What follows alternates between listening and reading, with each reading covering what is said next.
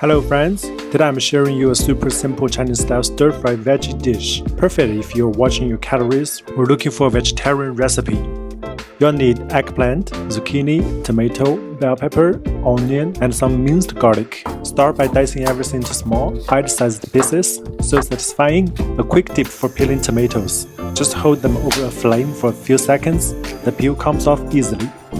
Now prep is done, let's get cooking.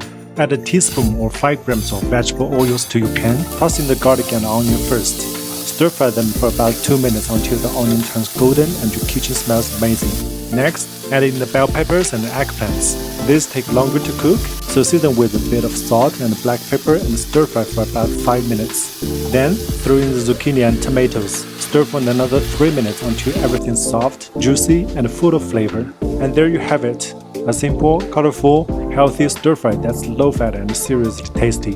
Great for vegetarians or anyone on a light summer diet. If you want a more easy Chinese food recipe like this, drop a comment below and let me know what would you like to see next. See you soon!